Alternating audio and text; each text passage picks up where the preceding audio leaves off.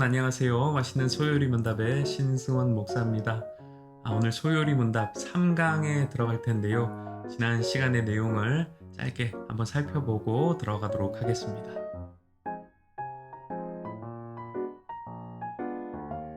네, 여러분 인간의 제일 되는 목적이 뭐라고 했죠? 하나님을 영화롭게 하고 그분을 영원토록 즐거워하는 것이라고 했습니다. 그렇게 하나님을 영화롭게 하고 그분을 영원토록 즐거워할 수 있는 방법을 어디서 찾을 수 있다고요? 성경 말씀에서 찾을 수 있다고 했습니다. 성경 말씀은 크게 두 가지로 구분된다고 했습니다. 두 가지의 주제를 담고 있어요. 믿어야 할 것과 행해야 할 것입니다. 우리가 믿어야 할 첫 번째는 뭐라고 했어요? 하나님, 그분 자체라고 했습니다. 또 하나는 뭐라고요? 하나님의 예정이라고 했습니다. 예정이라고 하는 것은 모든 일을 계획하는 것이라고 했죠. 하나님께서는 창조와 섭리로 모든 일들을 계획하셨습니다. 모든 일들을 예정하셨어요. 자, 그런데 이 섭리라고 하는 것, 하나님의 예정의 한 방법인 섭리라고 하는 것은 모든 일을 보존하고 통치하는 것이라고 했습니다. 자, 그런데 이 섭리, 인간을 향한 특별한 섭리가 있다고 했습니다. 그것을 가리켜서 작정이라고 했어요. 작정. 작정은 하나님께서 인간을 향해 품으신 계획인데요. 완전한 순종을 조건으로 생명의 언약을 맺으신 것이었죠. 그러나 불순종하면 어떻게 된다고요? 죽게 된다는 것이었습니다. 이것을 다른 말로 행위 언약이라고 했습니다. 그런데 이 언약의 결과 어떻게 됐습니까? 인간이 아담과 하와가 하나님의 말씀에 순종했습니까? 불순종했죠.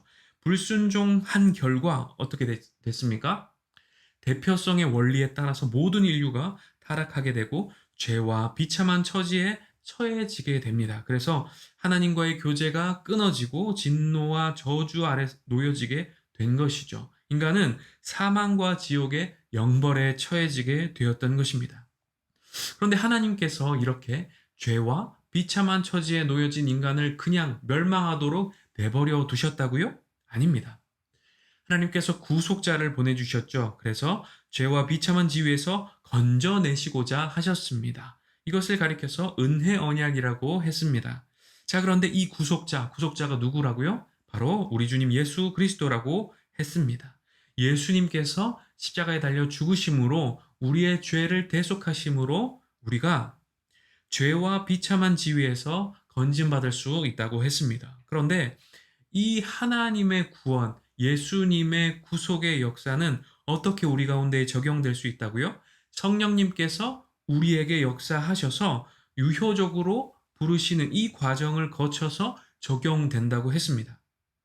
성령님께서 유효적으로 부르시면은 우리가 죄와 비참함을 깨닫게 되죠. 그리고 예수님을 바로 알게 됩니다. 그리고 그리스도를 믿게 하시는 것이죠. 믿음을 부어주시는 겁니다. 그래서 믿음은 뭐라고요? 하나님이 우리에게 주시는 선물이라고 말했어요. 유효적인 부르심에는 유익이 있다고 했습니다. 이 땅에서 받아 누리는 유익, 죽을 때에 받게 되는 유익, 또 부활 때에 받게 되는 유익이 있다고 했습니다. 자, 여러분, 여기까지의 내용이 바로 우리가 1, 2강을 통해서 배웠던 성경에서 믿어야 할 것에 대한 내용이었습니다. 여러분, 믿음의 내용들을 잘 정리해야 합니다. 왜냐하면 바로 알아야 바로 믿고 바로 믿어야 바로 살 수 있기 때문이죠. 여러분, 이렇게 같이 한번 따라해 볼까요? 바로 알고 바로 믿고 바로 살자. 맞아요. 하나님은 누구신지, 또 우리는 누구인지, 우리는 어떻게 무엇으로 구원받았는지, 구원받은 자의 삶은 어떠해야 하는지 이것을 알아야 바르게 살 수 있다는 것입니다. 오늘부터 시작하게 될 2부의 내용은 하나님께서 말씀을 통해 우리에게 요구하신 것이 무엇인지를 알려주는데요. 네, 이제 2부의 내용을 본격적으로 들어가도록 하겠습니다.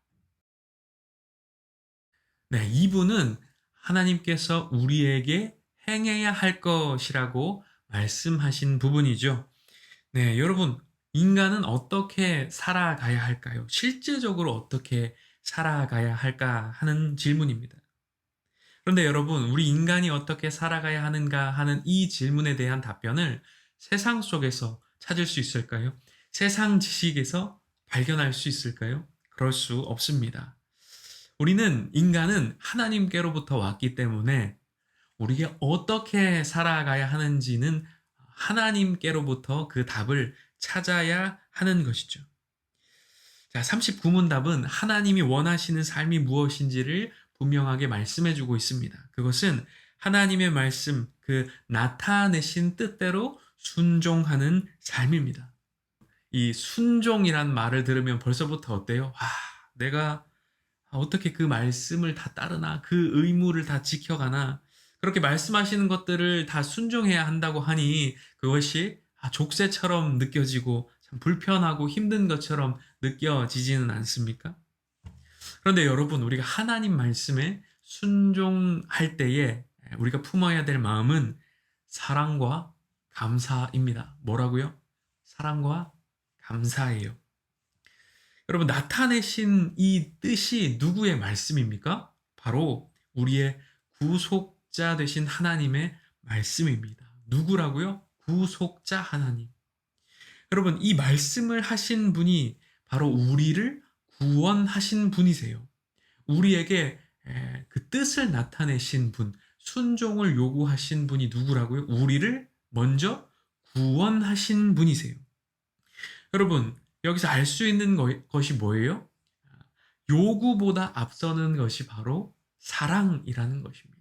우리를 구속하신 그 사랑이 요구보다, 우리의 순종보다 앞서는 것이다는 말씀입니다.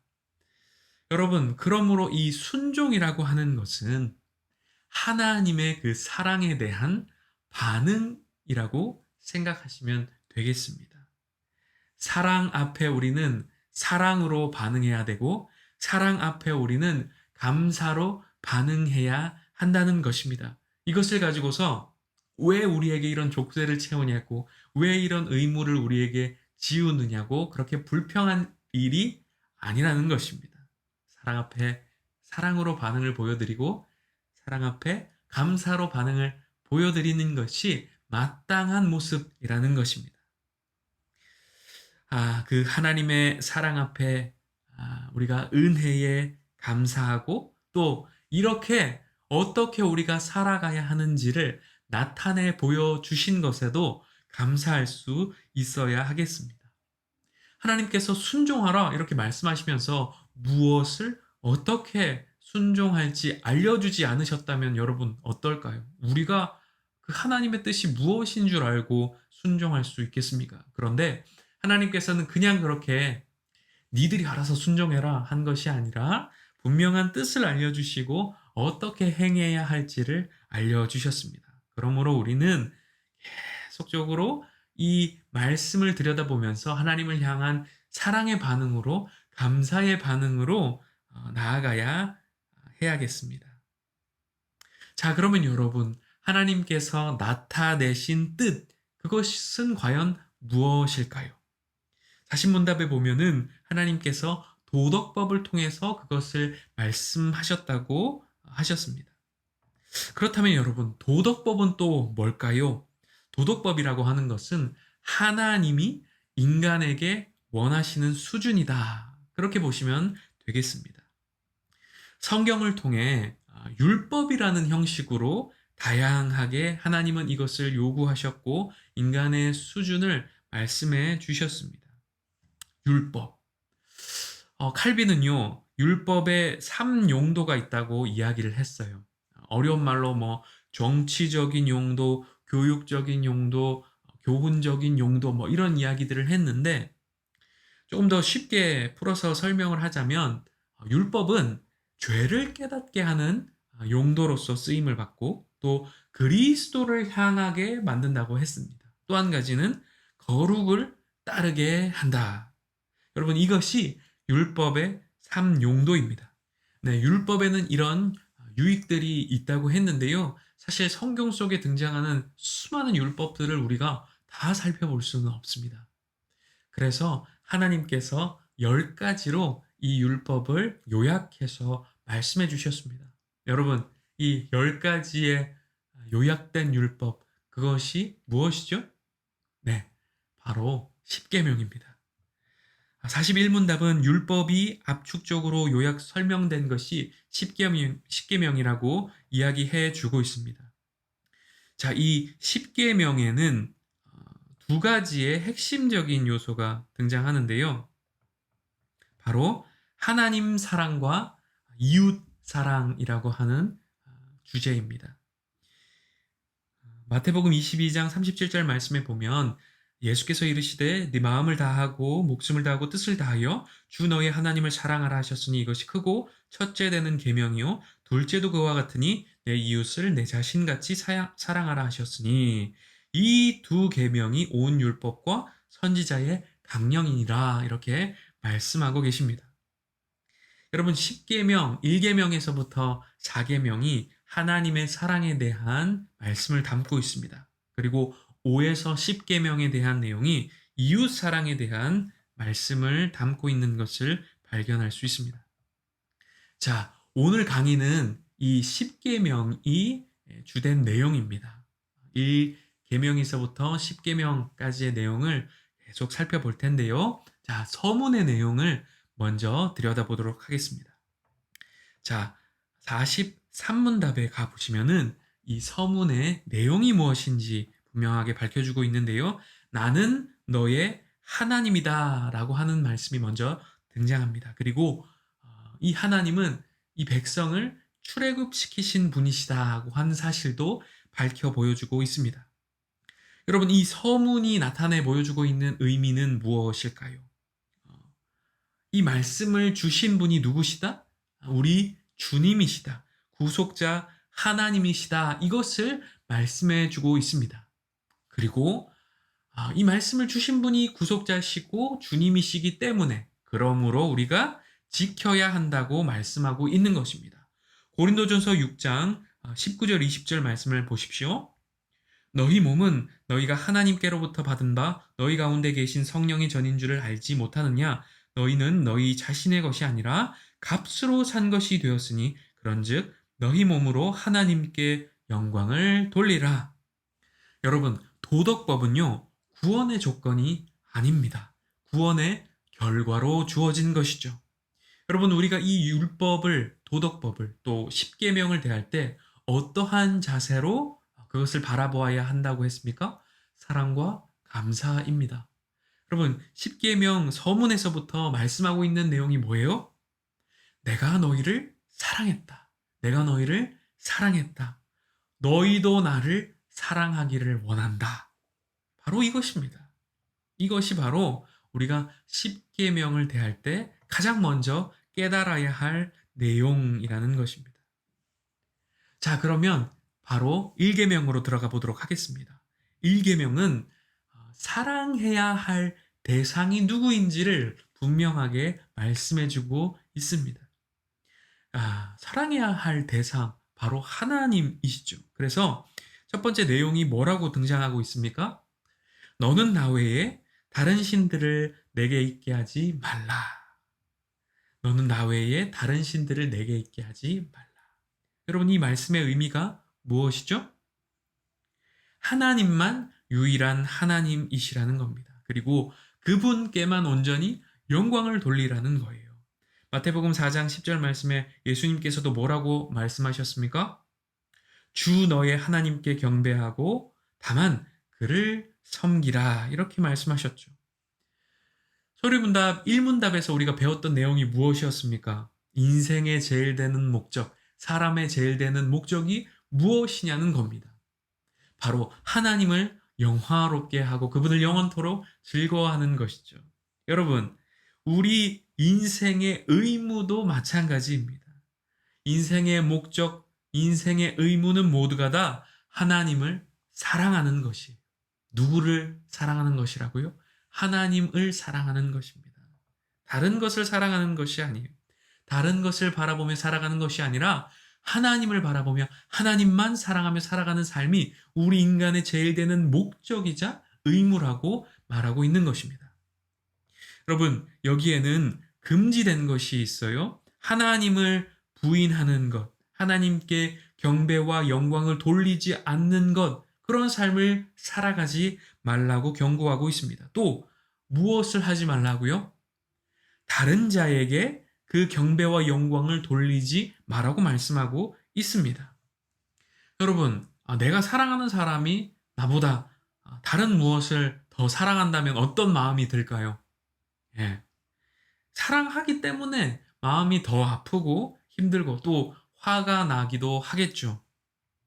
여러분, 48문답에는 이렇게 우리가 하나님만을 사랑하고 섬겨야 할 이유에 대해서 설명해 주고 계신데요.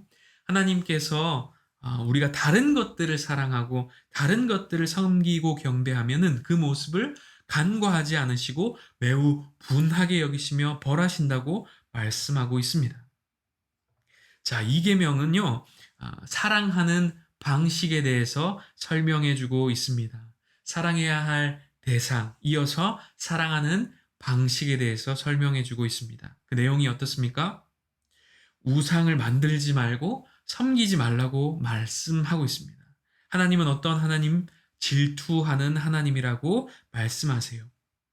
그러면서 하나님을 미워하고 불순종하면은 3, 4대까지 심판하시겠다고 말씀하셨습니다. 반대로 하나님을 사랑하고 그분의 말씀에 순종하면은 1000대까지 은혜를 베푸시겠다고 말씀하셨습니다. 바로 그 내용이 이 계명의 말씀입니다. 여러분, 이 계명에는 어떤 의미가 담겨 있을까요? 예배와 규례들을 순종하라는 말씀을 담고 있습니다. 여러 예배의 모습들이 있죠. 여러 예배의 규례들이 있습니다. 이런 내용들은 우리가 예배 모범 또 교회 헌법을 참고하시면은 세부적인 내용들을 더 잘 살펴볼 수 있습니다. 여기서 그 내용들을 다 살펴볼 수 없는 것은 이 예배 학과 관련된 내용만 하더라도 굉장히 긴 내용을 담아내고 있기 때문입니다. 그런데 여러분, 그 많은 내용들의 핵심이 뭐예요? 핵심이 뭐예요? 이 예배와 규례들은 말씀에 근거한 기준을 가지고서 우리가 마땅히 드리고 감당해야 한다는 것입니다. 여러분, 우리가 예배를 드릴 때에 어떤 순서들이 있죠? 찬양, 기도, 말씀, 봉헌, 또 축도, 이런 내용들, 이런 순서들을 가지고서 우리가 예배를 드립니다. 여러분, 이 모든 순서들은 말씀에 근거해서 시행하는 것들이죠.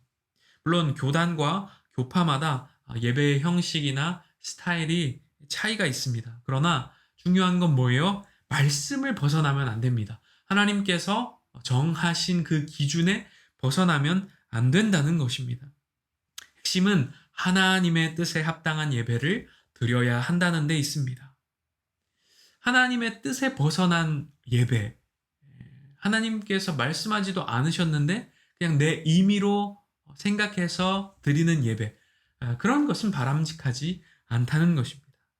여러분, 결국 우리는 말씀을 따라 순전한 마음으로 하나님 앞에 예배해야 한다는 것입니다. 51문답은 금지하고 있는 내용에 대해서 말씀해 주고 있습니다.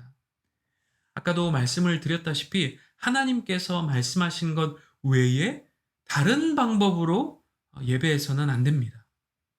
신명기 12장 31절 32절의 말씀을 보십시오. 내 하나님 여호와께는 내가 그와 같이 행하지 못할 것이라. 그들은 여호와께서 꺼리시며 가증히 여기시는 일을 그들의 신들에게 행하여 심지어 자기들의 자녀를 불살라 그들의 신들에게 드렸느니라.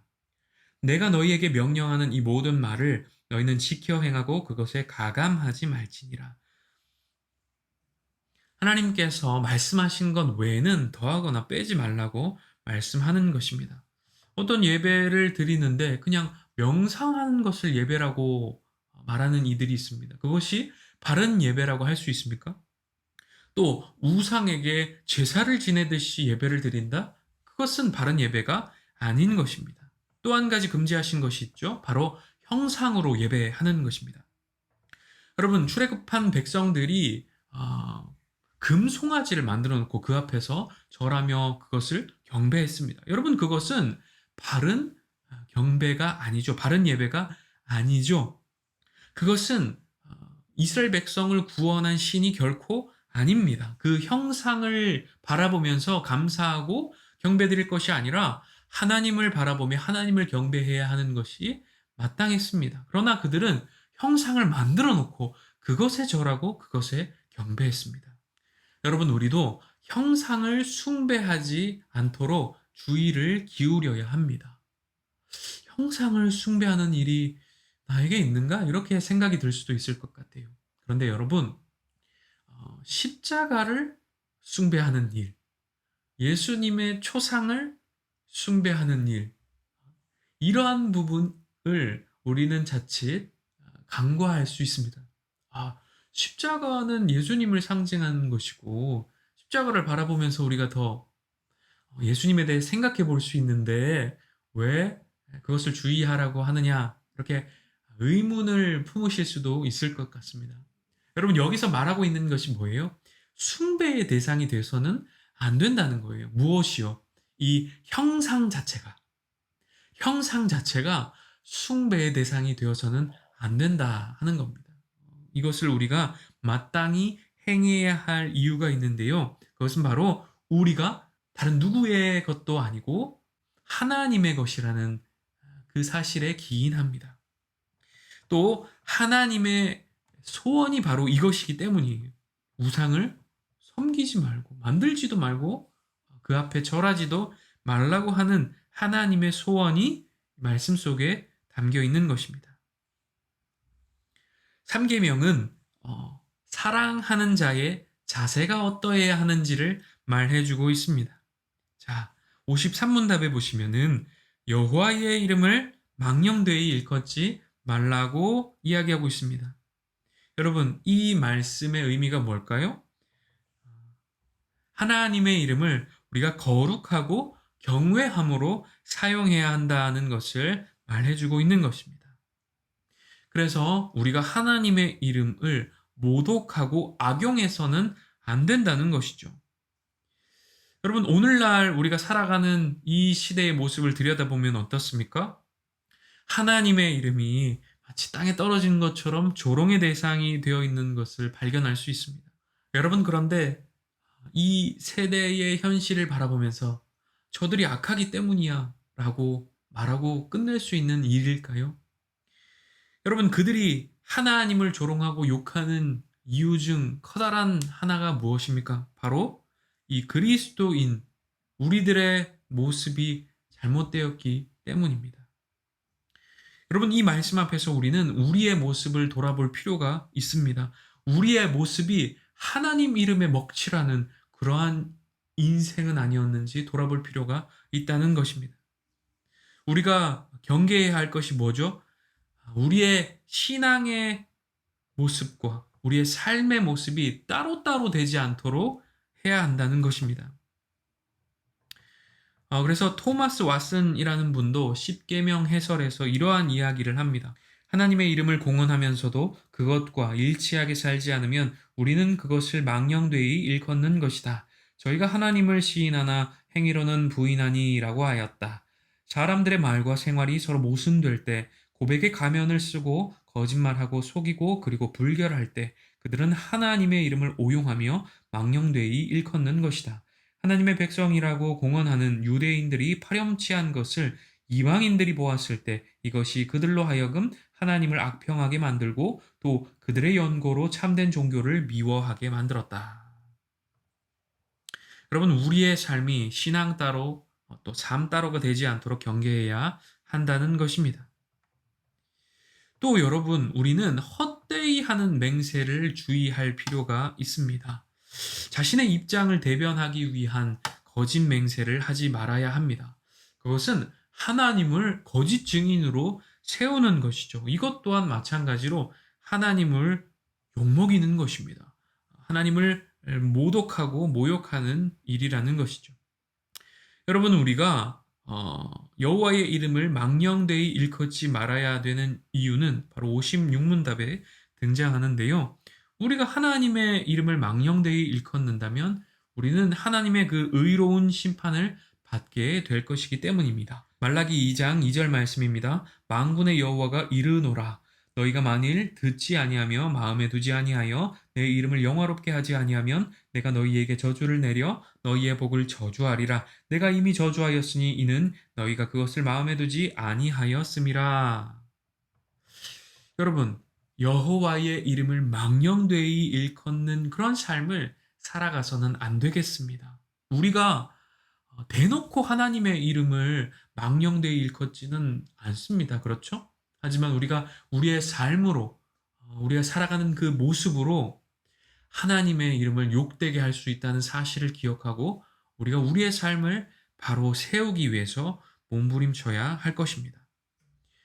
사계명은 사랑의 샘플이 무엇인지를 보여주고 있습니다. 그 내용이 무엇이죠? 57문 답입니다.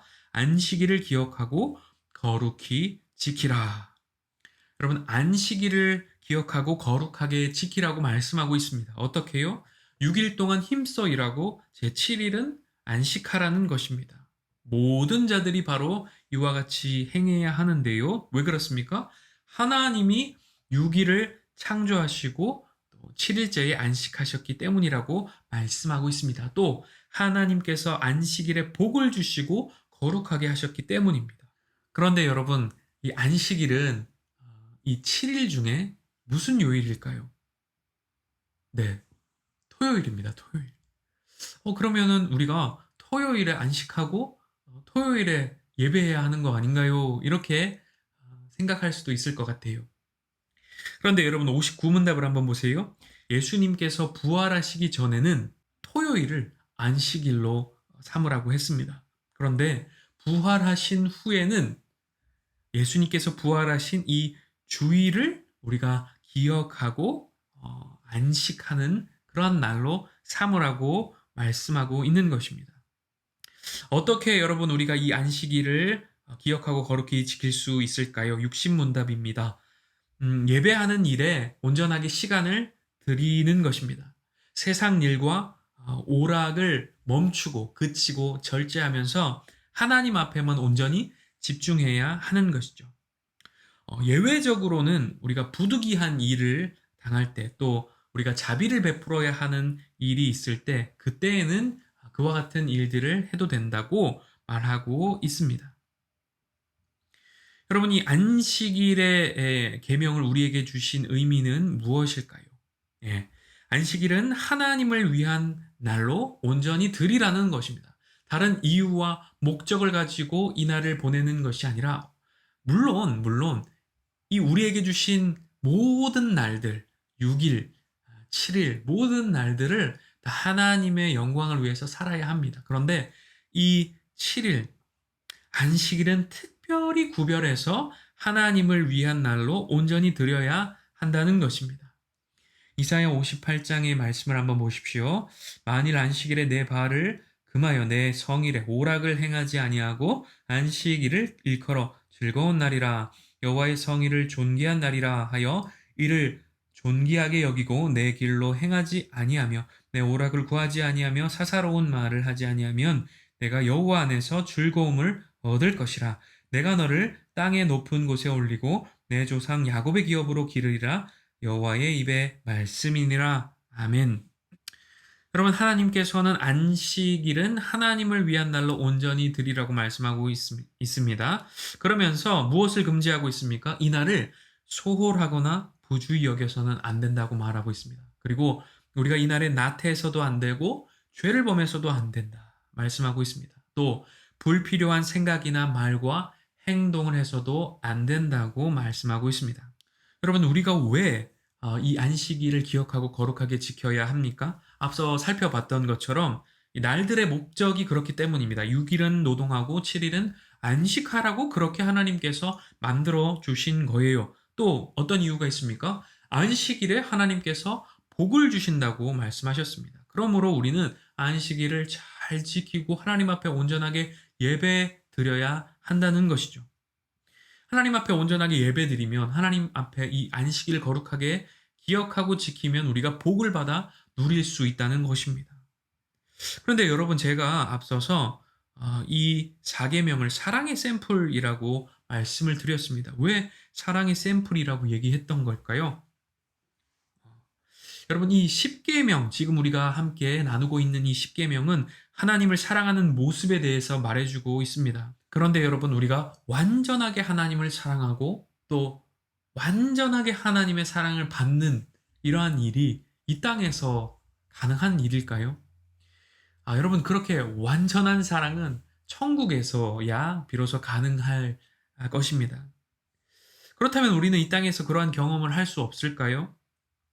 여러분, 사랑의 샘플이라고 말한 이유가 바로 여기 있습니다. 우리가 안식일을 거룩하게 지키면서 우리가 그것을, 그 하나님의 사랑, 또 우리가 하나님 앞에 드리는 사랑을 경험할 수 있다는 것입니다.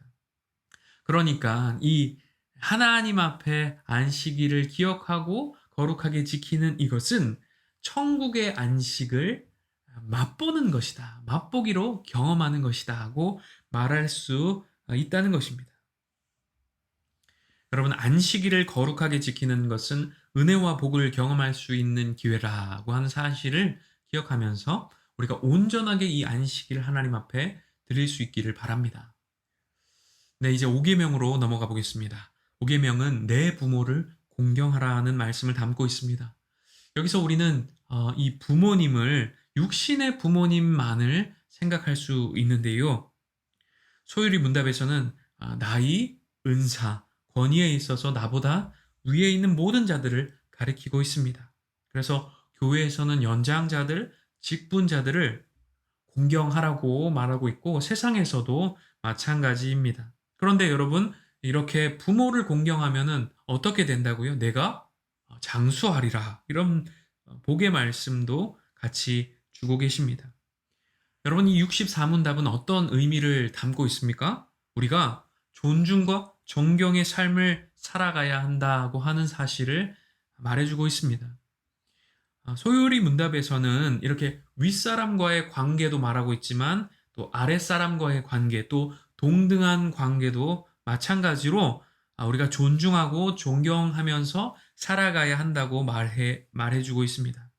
자, 66문답은 이 5계명을 왜 지켜 행해야 하는지 다시 한번 강조해서 말씀해주고 있습니다. 앞서 말씀드렸던 것처럼 이 계명을 지키는 자에게 장수와 번영을 약속하고 있기 때문입니다. 에베소서 6장 2절 말씀입니다. 내 아버지와 어머니를 공경하라. 이것은 약속이 있는 첫 계명이니 이로써 내가 잘되고 땅에서 장수하리라. 아멘. 6계명은 살인하지 말라는 것입니다. 자신과 다른 사람들의 생명을 보존하기 위해서 노력해야 한다고 말하고 있습니다. 사람은 우리 자신과 우리 모든 이웃들은 하나님의 형상으로 지음받은 존재이기 때문입니다. 그렇기 때문에 우리가 함부로 그 생명을 빼앗거나 해쳐서는 안 된다는 것이죠. 그런데 여러분, 보존하기 위해 노력해야 된다고 말하고 있는데요. 여기에 보존은 해친다는 의미를 넘어서 온유하고 화평하고 자비하고 또 친절한 삶을 살아가야 한다는 것까지 포함하고 있습니다. 아니, 살인하지 말라는 것에서 너무 나가는 것이 아니냐, 이렇게 이야기를 할 수도 있을 것 같은데요. 대요리문답, 그러니까 소요리문답의 심화 버전이죠. 대요리문답에 보시면은 이 6계명을 설명하면서 의무적으로 해야 할 것이 무엇인지를 이렇게 설명해 주고 있습니다. 공손한 말과 행동을 하십시오. 또 관대하고 화해를 하며 인내하며 용서하며 악을 선으로 갚으십시오. 어려운 자를 구제하고 또 위로하며 죄 없는 자를 보호하고 옹호하십시오. 그리고 제가 이 대오리 문답을 보면서 참 놀랐던 항목인데요. 육류, 음료, 의약, 수면, 노동, 오락을 절제하여 사용하라. 여러분, 저는 의문이 들었습니다. 이 말씀이 왜 살인하지 말라에 들어가 있는 걸까? 그런데 여러분, 앞서서 무엇을 말씀드렸습니까? 이 하나님의 형상을 빼앗거나 하는 모든 일들이 사실은 이 살인하는 일과 같이 맥을 하고 있다고 했습니다. 그런 의미에서 이러한 것들, 몸과 마음을 해치기 때문에 절제해서 사용해야 된다고 말하고 있는 것이죠. 참 많이 반성하게 됐습니다. 여러분, 이런 삶을 사는 것이 살인하는 것과 다를 바 없다는 거예요. 우리가 실제로 사람을 살해한다. 이런 일은 결코 있어서도 안 되고 또 그럴 일이 없겠죠. 그런데 여러분, 그렇다고 해서 우리가 이 6계명을 그냥 지나쳐서는 안 된다는 겁니다. 이건 내 얘기가 아니야 하면서 그냥 넘겨서는 안 된다는 거예요. 하나님의 형상을 해하는 모든 일들이 살인하는 것과 같이 맥을 하고 있다 하는 사실을 기억하시고 이것을 뛰어넘어서 우리가 이 하나님의 형상을 보존하는 일에 더욱이 힘써야 된다 하는 겁니다. 그래서 우리가 온유하고 겸손하고 다른 이들을 품어낼 수 있는 그런 아름다운 삶을 또한 살아가야 한다는 것도 이 6계명에서 발견할 수 있는 내용입니다. 7계명은 간음하지 말라는 말씀입니다. 여러분, 간음하지 말라 했을 때 우리는 먼저 이 결혼 테두리 밖에서의 관계를 맺지 말아야 할 것을 분명하게 기억해야 합니다. 왜 그렇습니까? 이것은 우리 자신과 또 가정과 이웃을 파괴하는 일이기 때문입니다. 분명하게 우리 자신과 이웃의 순결을 보존하라고 했는데 그것이 아니라 나와 가정과 이웃을 모두 파괴하는 일입니다. 그러므로 우리는 이 육체적인 순결을 깨뜨리는 이런 결혼 테두리 밖에서의 간음을 결코 하지 말아야 한다는 것입니다. 영적인 순결을 추구해야 하는 것도 마찬가지 이유입니다. 우리는 앞서서 1계명과 2계명에서 다른 신을 섬기지 말고 다른 우상을 만들지도 말고 그 앞에 절하지도 말라고 배웠습니다. 만약에 하나님이 아닌 다른 신들에게 우리가 절한다. 그것은 우리가 영적인 간음을 범하는 것과 같은 일이라는 것이죠. 우리는 모든 단정치 못한 생각과 말과 행동을 하지 말아야 합니다. 마태복음 5장 28절에 보시면은 나는 너희에게 이르노니 음욕을 품고 여자를 보는 자마다 마음에 이미 간음하였다고 말씀하셨습니다. 그 음욕을 품는 것만으로 그런 생각을 하는 것만으로도 이미 간음했다고 규정짓고 있는 것입니다. 그러므로 여러분 우리가 우리의 생각과 마음을 잘 지키면서 살아야 하겠습니다. 자, 팔문답은 훔치지 말라는 말씀을 하고 있습니다. 자신과 이웃의 부와 외형적 재산을 합법적으로 마련하고 증진하라는 의미를 담고 있는데요. 여기에는 또 크게 두 가지 내용이 등장합니다. 첫 번째는 근면하라는 것입니다. 근면하라. 아니, 훔치지 말라는 내용을 하는데 갑자기 웬 근면하라는 말씀이 등장하는 걸까요? 근면하라는 것은 노력하고 성실한 삶을 살아가야 한다는 것을 말해주고 있습니다. 왜 그럴까요? 자신이 궁핍하게 되면은 도둑질을 하게 되기 때문입니다. 또 우리는 진실하고 정직해야 합니다. 왜죠? 불이하게 얻은 소득은 도둑질을 한 것과 같기 때문입니다. 그러므로 우리는 근면해야 하는 것입니다. 또 한 가지는 도와주라는 것입니다. 도와주라. 레위기 25장 35절 말씀입니다. 내 형제가 가난하게 되어 빈손으로 내 곁에 있거든 너는 그를 도와 거류민이나 동거인처럼 너와 함께 생활하게 하되. 여러분, 우리가 궁핍에 처해지지 않기 위해서 노력하고 성실하고 근면해야 할 뿐만 아니라 이웃의 궁핍함을 바라보면서도 우리는 그들을 그 상황에서 벗어날 수 있게 도와주어야 한다고 말해주고 있는 것입니다. 8계명에서 금지하고 있는 내용은 뭘까요? 재물과 산업을 불이하게 방해하지 말라는 것입니다. 9계명은 이웃에 대해 거짓 증거하지 말라는 것입니다. 자신과 이웃들에 대해 진실함과 명예를 지키라는 의미를 담고 있습니다. 특히 증인을 설 때 말입니다. 여러분, 모함과 허위 사실을 유포해서는 안 됩니다. 여러분, 그것은 그들의 명예를 실추하는 것이기 때문입니다. 그들의 인격을 파괴하는 행동이기 때문이에요. 그래서 여러분, 이 구계명에서는 무엇을 금지하고 있습니까? 진실을 왜곡하는 것, 또 중상모략하지 말라 이렇게 말하고 있습니다. 쉽게 말해서 거짓된 삶을 살지 말으라는 겁니다. 여기에는 여러분, 우리가 진실을 모른 채 하는 삶을 또한 살지 말으라는 메시지도 품고 있는 것입니다. 여러분, 우리가 그리스도인이지 않습니까? 복음을 품고 살아가는 자들이지 않습니까? 우리가 진리를 아는 자들이지 않습니까? 진실을 가지고 살아가는 자들이지 않습니까? 그런데 세상 속에서 그 진실을 모른 채 하며 살아간다면 그것 또한 거짓을 범하며 살아가는 삶과 같다는 것입니다. 우리는 그리스도인으로서 마땅하게 주님을 믿는 자의 삶을 살아가야 합니다. 그것을 나타내 보이는 삶을 살아가야 합니다. 뿐만 아니라 다른 이들에게도 그 진실, 그 진리, 예수 그리스도를 나타내 보이면서 살아가야 한다는 것입니다. 또 한 가지는 우리가 표리부동한 삶을 살아가서는 안 된다는 것입니다. 겉과 속이 다른 그런 삶을 살아가서는 안 된다는 거예요. 그리스도인으로 잘 믿는 척하면서 신실한 척하면서 속은 그렇지 않은 거예요. 그런 삶을 살아가서는 안 된다는 것입니다. 자, 마지막 10계명은 내 이웃의 모든 소유를 탐내지 말라는 것입니다. 이것은 의롭고 자비로운 정신 자세로 온전히 자족하는 삶을 살으라고 말씀하는 것입니다. 하나님의 인도하심을 신뢰하고 가장 좋은 것으로 채워주신다는 믿음을 가지고 살아가야 할 것을 말해주고 있는 것입니다. 자족이 무엇입니까? 지금 순간에 대한 감사와 만족을 말하고 있는 것입니다.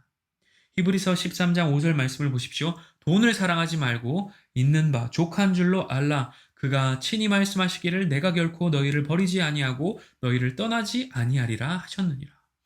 만족하는 삶, 자족하는 삶을 살아가라고 말하고 있는 것입니다.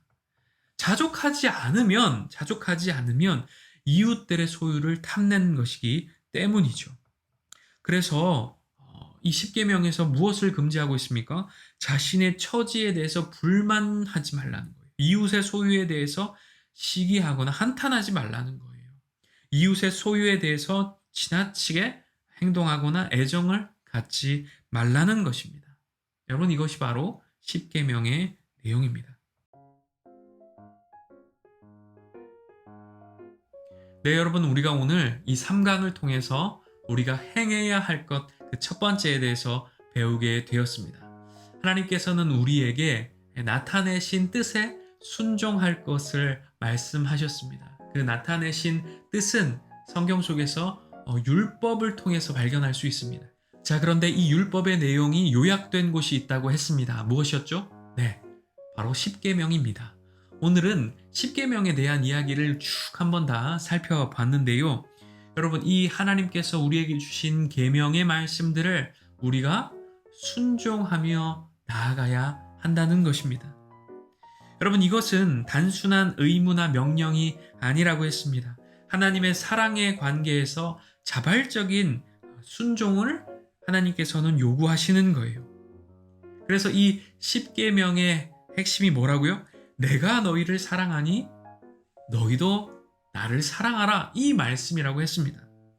여러분, 이것은 사실 하나님께서 우리에게 요구하실 수 있는 대단히 당연한 것입니다. 오히려 주신 것, 무엇을 주셨습니까? 예수 그리스도를 주셨습니다. 그 생명을 주셨고 천국의 소망을 우리에게 주셨습니다. 그렇게 우리에게 주신 것에 비하면 오히려 적은 요구입니다. 그러므로 우리는 이 하나님께서 우리에게 말씀하신 계명의 말씀들을 힘들고 어렵고 부담스럽지만 우리가 사랑과 감사함으로 감당해낼 수 있어야 하겠습니다. 여러분, 이렇게 우리가 말씀을 지킴으로 순종함으로 하나님과 더 깊은 사랑의 관계 속에 들어갈 수 있습니다. 뿐만 아니라 여러분, 여러 계명의 말씀 속에서 무엇이 등장합니까? 복이 등장합니다. 하나님과의 사랑의 관계가 더 깊어질 뿐만 아니라 우리가 하나님께서 주시는 복을 풍성하게 받아 누릴 수 있는 길이 바로 여기에 있는 것입니다. 여러분, 순정의 순종으로 살아갈 수 있는 여러분이 되었으면 좋겠습니다. 그래서 하나님 주시는 복을 만끽하면서 살아가는 복된 삶이 되시기를 주님의 이름으로 축원합니다. 오늘 3강의 내용은 여기까지고요. 우리 마지막 다음 주 4강을 남겨두고 있는데 여러분 끝까지 강의 잘 들으시고 또 정리하시고 또 삶 속에서 이것을 실천해 낼 수 있도록 몸부림치는 한 주간의 삶이 되시기를 소망합니다. 네, 감사합니다. 수고 많으셨습니다.